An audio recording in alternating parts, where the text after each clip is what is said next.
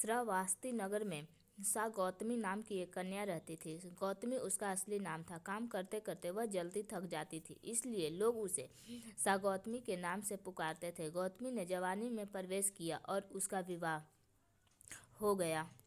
गौतमी गरीब घराने की थी, अतः उसकी ससुराल के लोग उसका अनादर करते थे।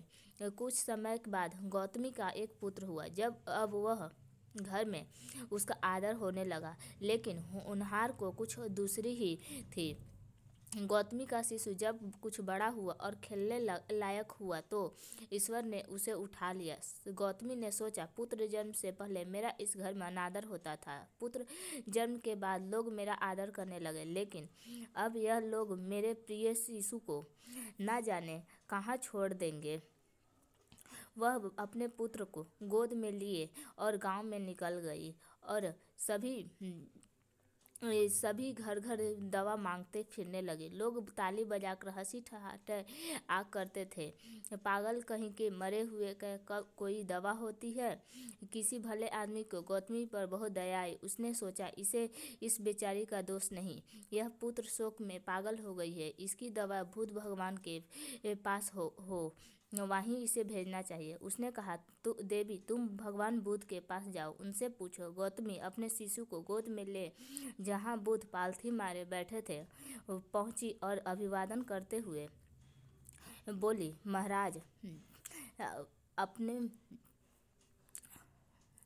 अपने शिशु को गोद में ले जहाँ बुद्ध पालथी मारे बैठे थे पहुंची और अभिवादन करते हुए बोली, महाराज मेरे पुत्र को दवा दीजिए। बुद्ध बोले, अच्छा हुआ तुम इसे यहाँ ले आई। तू इस नगर में से जिस घर में किसी की मौत ना हुई हो वहाँ जाओ और राई के दाने मांग ले आओ, फिर मैं तुझे दवा दूंगा।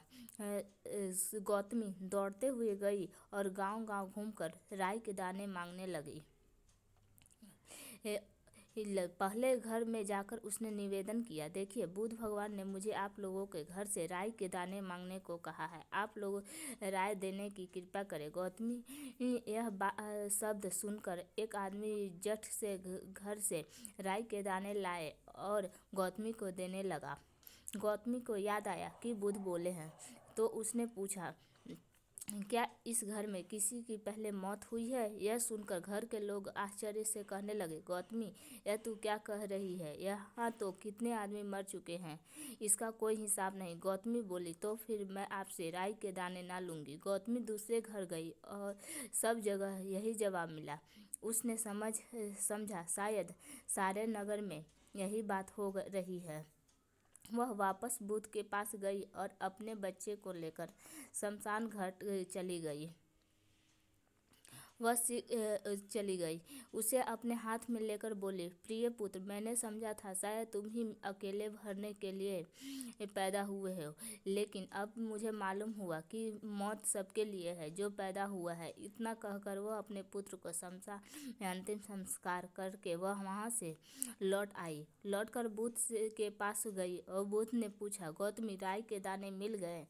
गौतमी ने सिर हिला दिया और वह सच जान चुकी थी।